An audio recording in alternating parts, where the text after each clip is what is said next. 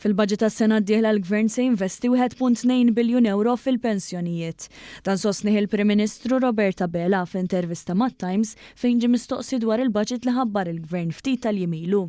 Pensjonant ikkumparat ma' x'kien jirċievi fl-2013. Il-pensjoni tiegħu żdiedet b'70 euro fil-ġimgħa. Ġifieri, meta tajda kważi jaqqas temmen li konna kapaċi nżidu il-pensjonijiet b'70 euro fil-ġimgħa.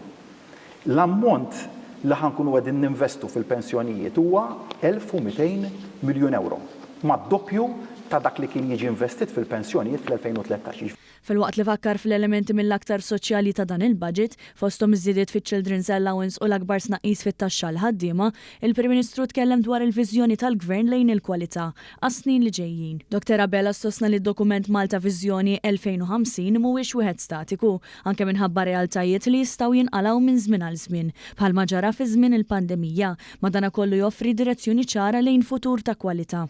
Irid ikollok viżjoni li 25 sena oħra huma magħna mela meta inti qed tmexxi pajjiż fil-verità 25 sena fil-ħajja ta' bniedem huma relattivament perjodu ta' snin li huwa twil.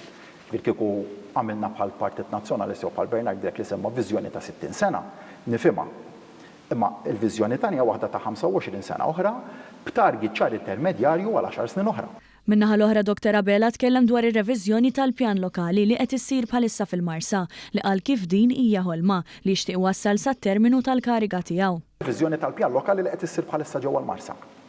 Il-qalija tibqa' l-proġett ħolma li ktgħid li verament nixtieq li wassal sat-terminu tal-kariga tiegħi huwa il-proġett tal-Marsa. Għalija huwa l-ħolma ta' dan il-pajjiż. Hemmhekk bħalissa għaddej proċess ta' reviżjoni tal-pjan lokali. Ġifieri min qed jaħseb li dal-proċessi ta' reviżjoni tal-pjan lokali qatt ma saru f'dan il-pajjiż. Le, jew li saru fil-Villa Rosa l-ewwel darba. Il-proċess ta' reviżjoni tal-pjan lokali tal-Marsa li jitratta s-sitta l Malta li jieħu lil minn hemmhekk ukoll ġifieri jiena nsaqsi. Hemmhekk id-direzzjoni li rridu nieħdu hija waħda ta' iżjed investiment.